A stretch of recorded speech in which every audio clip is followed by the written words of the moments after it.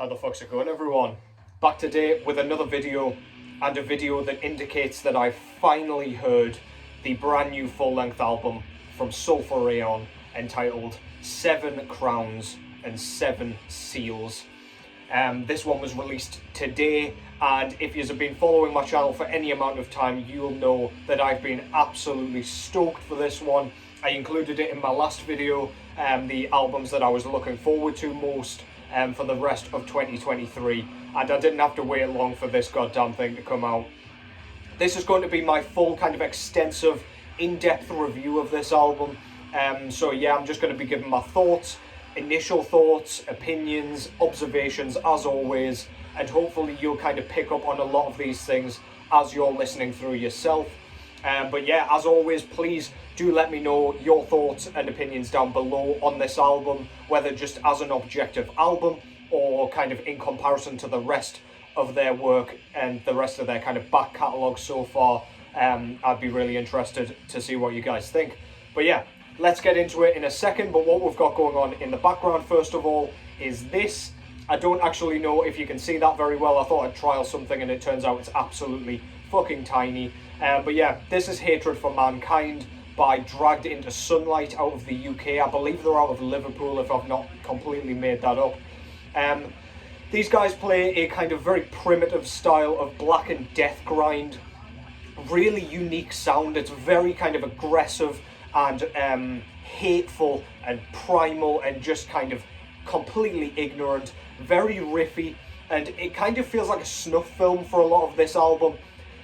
That's kind of helped by the sort of interview sound clips that are put into this record. There's a few like serial killer clips. I believe Eileen does like an interview on one of these kind of sound clips, and it's super eerie and creepy and just makes you feel completely uneasy, dirty, and like you need a goddamn wash. The vocals are almost whispered in the way that they're delivered, but they're pretty much rooted in the kind of grindcore growl slash yell that you get on things like Insect Warfare's kind of World Extermination record.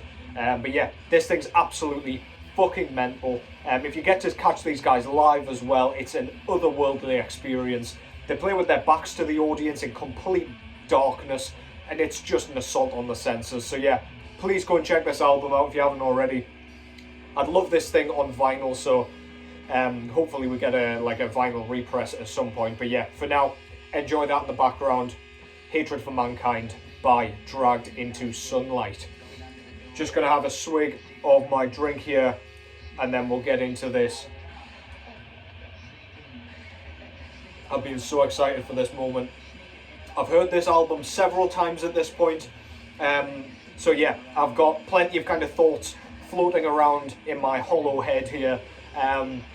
First of all though, if you're not familiar with Sulphur Aeon, they're a 5-piece kind of blackened death metal band out of Germany. The blackened elements are kind of on the back burner for this band. It's very much rooted in death metal, very chunky guitars in general.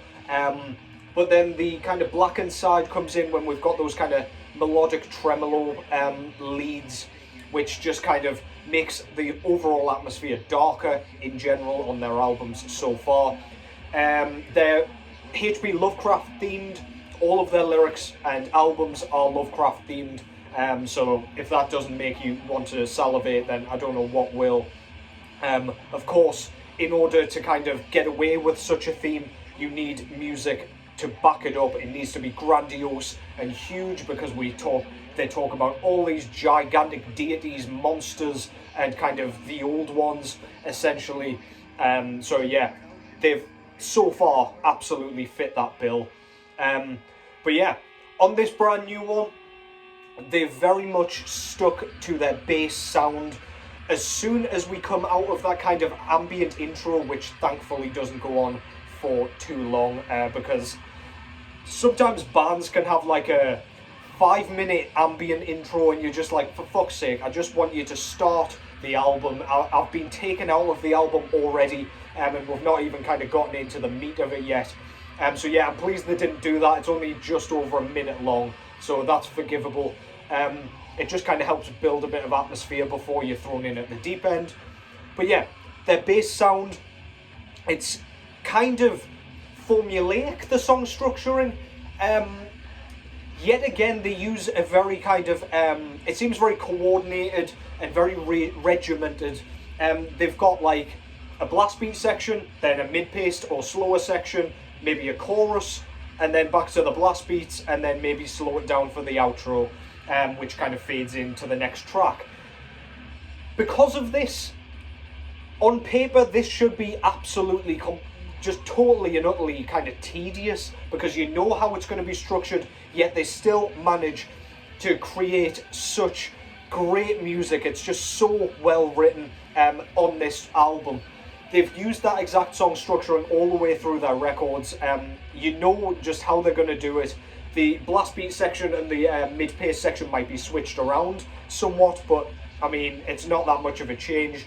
And then every now and then they'll drop out all the instrumentals, and we'll just have some like death growls to bring us into the next riff or the next section. Other than that, there's no kind of crazy time signature switches. There's no like erratic kind of riff changes or tempo changes. It's all very, as I say, regimented, which is absolutely fine. It's just very neat and tidy. The production on this one is a little bit muddier, I found. At least with the first single kind of having come off the Scythe of Cosmic Chaos, it just felt a little bit like it, I don't know, it detrimented the guitars a little bit at first, at least the rhythm guitars. I don't know if the kind of monotonous rumbling just kind of had the tone to drown that out, but this really suits the drumming. The kick drums sound enormous, which I will get into in just a moment, and also the vocals, they just cut through absolutely perfectly. But yeah, for a pretty well produced band, this one felt a little bit muddier and a little bit grittier, which I really appreciated.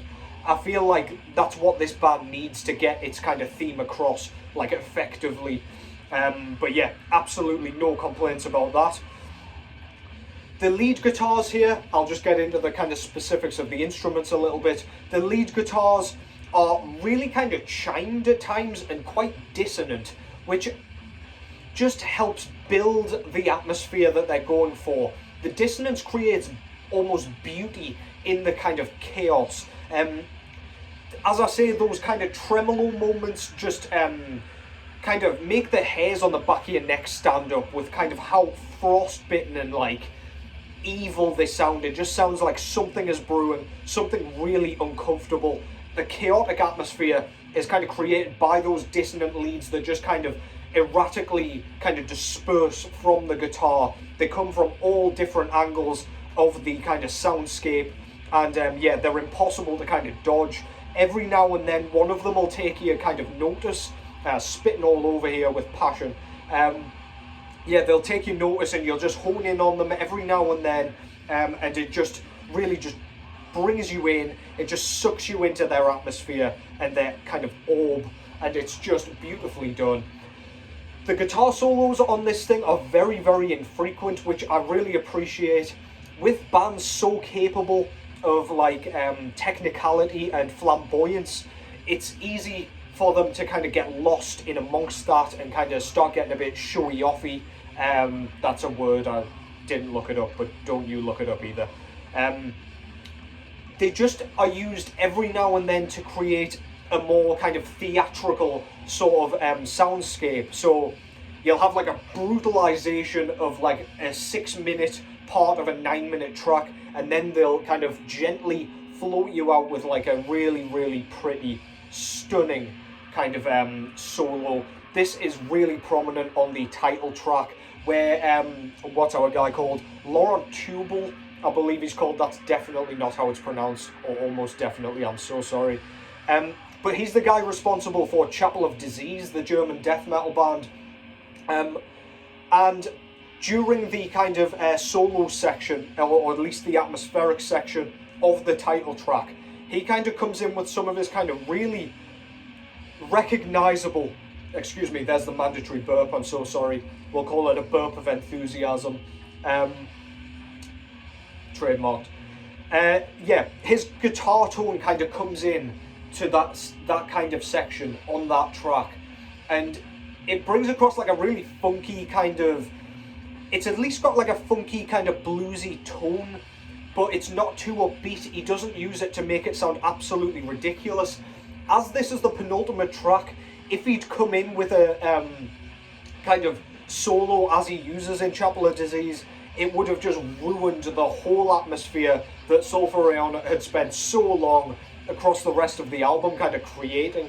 So I'm very, very pleased with that addition. It just adds a slightly different sound to the overall experience, and I really, really just think that's perfectly executed. That's one of my favourite tracks, if not my favourite track on the album, and it's partially down to that section. It's just stunning, absolutely stunning. As for the rhythm guitars, they're very revving, in tone at least, but they're never kind of lent upon too heavily. Every now and then we'll get really, really effective kind of crushing mid-pace sections, the kind of sections that just make you want to nod your head and kind of pump your fist and punch the air, and kind of scrunch your face. It's one of those things where the riff comes back slower and nastier kind of thing. But they're so abrupt and used so effectively. The guitar tone is absolutely spot on for that kind of section here. And yeah, as I say, the songwriting is wicked. They don't get too kind of ahead of themselves. They're very self-aware, and again, they don't lean upon that guitar tone at all, unnecessarily, at least. As for the typical rhythms, like during the faster sections, I got a real kind of traditional heavy metal vibe from them, just in the way they're arranged and things like that. They're kind of subtle because, as I say, the production half drowns them out a little bit. But yeah, if you get your ear in, you can really kind of hear some like classic metal going on, and I really, really love that. It's weird to hear in like a death metal album, but once you've kind of clocked it, you get a lot of appreciation out of it. Which just, I don't know, that adds to the kind of variation of the album, because as I say, quite a structured, well, a very, very structured and kind of formulaic album, so like any little bit of variation just helps and works wonders here. Vocally, we've got M's massive kind of death growls. He's got kind of a mid-register sort of thing going on here, as he does on his other albums as well, on their other albums I should say. But then from his growls he kind of draws out syllables into these like really visceral screams and screeches. It almost sounds like he's kind of bringing up phlegm with each one. I don't know how he's able to manage, I don't know how he's able to kind of, I don't know, like maintain both notes, because they're so different and on opposite sides of the kind of tonal spectrum. It's really, really impressive, and he can hold the note for fucking ages, which just helps create like an air of helplessness and just like you're in imminent danger. For the chorus sections, as Sulphur Aeon have been using quite a lot, especially on their one album previous, The Scythe of Cosmic Chaos, there's lots of kind of clean vocal sort of choral hooks on this one, which, I don't know, they fit the bill perfectly. I, for one, love a kind of clean vocal section in an extreme metal album, as long as they're used effectively, and these ones come across like kind of almost chanted and occultish, and again, just like you're in danger. There's a bit of vibrato that goes on in one of the tracks. I can't remember which track it was, I should have taken note of that, but yeah, there's a bit of vibrato which is enhanced tenfold by the kind of melodic lead guitars that go alongside it. It's executed absolutely brilliantly, and yeah, just sounds awesome. He's one of the best death metal vocalists in the game at the minute, in my opinion, and yeah, he's only getting better release after release. The lyricism is very, very kind of poetic and written in a very similar style to how H.P. Lovecraft used to write. The lyrical themes are kind of, as I said, they're Lovecraftian. It's all about the kind of old ones. We've got Cthulhu mentioned a lot, of course, the most famous. We've got Dagon mentioned here, and we've got Nyarlathotep, which has been mentioned across the board, our shapeshifter over there. I don't know, I did say in my last video that I was feeling a little bit burnt out on the whole Lovecraft thing for these guys, because it feels like they're I don't know, regurgitating lyrical kind of content, a little bit like kind of Immortal, because they've got such a like specific theme going on for their lyrics. It feels just like you're listening to the same goddamn album over and over again. But after a couple of listens, I kind of quashed that and got rid of that opinion, because actually it's really, really well done, and it just sticks to their theme very, very nicely. We even get more kind of ERs, as though like kind of religiously chanting to Cthulhu, which I just find awesome. It's like, I don't know, it's on par with just like a horrible wretch, like a ugh, or whatever, just to kind of take you into a nasty riff. I just think it goes absolutely perfectly. So yeah, no complaints there either. Don't think I've breathed yet. The drumming, always love to talk about the drumming, so I hope you guys love to hear about the drumming. It's very, very neat and very crisp, I noticed. When I'm specifically listening to the drumming on this album, there is not a single moment on there where I feel like parts didn't need to be in there, or that was a bit too kind of over the top or flamboyant. He's a very, very tidy, sensible drummer, which is just, that is the sign of a good drummer for me. He just kind of keeps rhythm absolutely perfectly. Not too complex, even though he's clearly capable of complexity. During kind of this, I don't know, like the fill sections, for example, you can really, really hear, I don't know, he could go absolutely apeshit all across the kit if he wanted to. But instead, we're getting like single tom rolls and single snare rolls. We're getting just kind of 16th notes on the ride cymbal. Absolutely no bell work or anything, very little accentuation. But what I did notice was in the fill sections, he uses a lot of kind of double kick work, which is very, very complex, and make no mistake, that is not easy to do. He's using all his goddamn limbs, and it makes the toms sound massive. It makes the snares kind of, it gives them like a base or a foundation, and yeah, the fills are just epic. Take a listen to the fills specifically when it comes around to it, because it just sounds like his toms causing some sort of like Armageddon around them, but it is just his legs going with them, and it's such clever drumming. Absolutely love that. Atmospherics come into this quite a lot. They come in the form of like kind of cosmic sections, as I mentioned in like the title track, for example. But also we've got kind of synths going on all the way through this, which transports you to kind of alien landscapes. It takes you to kind of the landscapes that he's describing in the lyricism. And every now and then kind of, they're flowing all the way through the album. But every now and then, just above the murk, a bit of synth work will poke out and you'll be like, oh shit, I forgot there was synths going on in here. It just kind of comes across as a bit more symphonic and just, I don't know, it just helps create an aura of extraterrestrial unease, and it's absolutely glorious. Equally, done by the same guy, the bass guitar just adds a rumbling layer through the album. It just kind of creates a sense of cataclysm again. It just feels like the foundations are crumbling around you, and like you're going to be sat in a pile of rubble just on a little seat with your goddamn record player sat in front of you with nothing else after you've listened to it.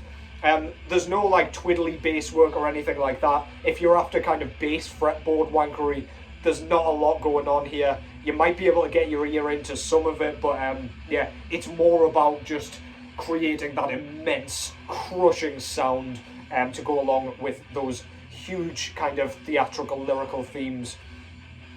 So yeah, they're pretty much my thoughts, what I really liked about the album.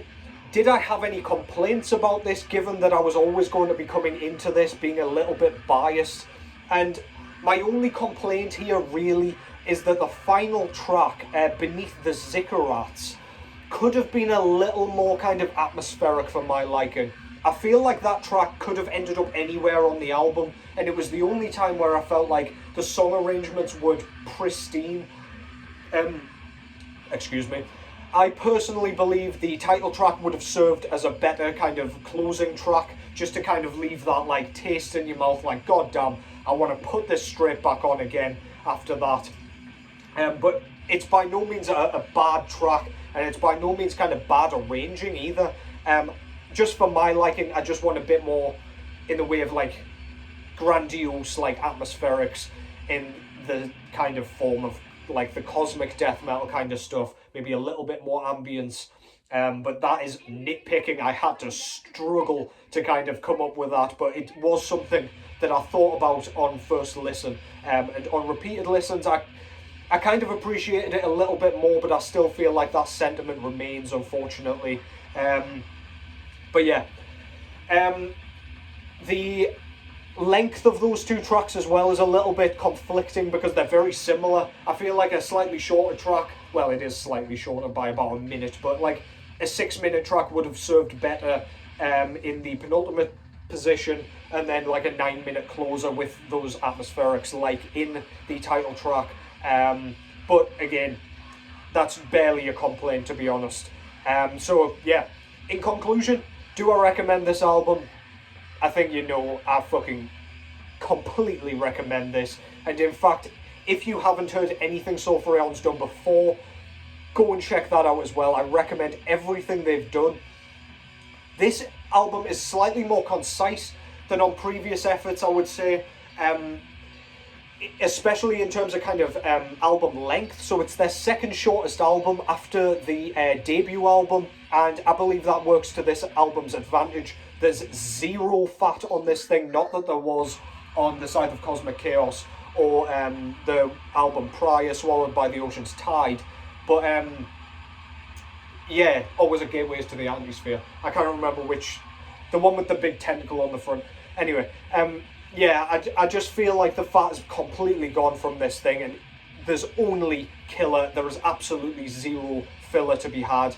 Also, zero efficacy has been lost here, despite their long layoff. I was expecting a bit of rust, and like, I don't know, a less effective album than their last one, but they've just come back with an absolute Lovecraftian vengeance, if you will, and they've absolutely murdered it. As I say, the execution's fascinating because of how kind of one-dimensional it may seem on paper, but songwriting is immense, and the song structuring is just brilliant, despite the uniformity. Yeah, I'm not going to give this a numerical rating, but I'm going to say that this is one of the best death metal albums I've heard in a long, long time. Incredible experience. I may even prefer this one to The Scythe of Cosmic Chaos. It is early doors yet, but I've been floored by this goddamn thing. So yeah, that's enough from me. I just want you to go and listen to it. I will leave some fun for you guys to go and check this goddamn thing out and see for yourselves just how brilliant this band is. I can't say enough good things about it. Let me know down below what your thoughts are on this, your opinions, your observations. Where does this stand in the kind of rankings of all of their albums? But yeah, for now, thank you for watching. Take care as always, and I will catch you in the next one.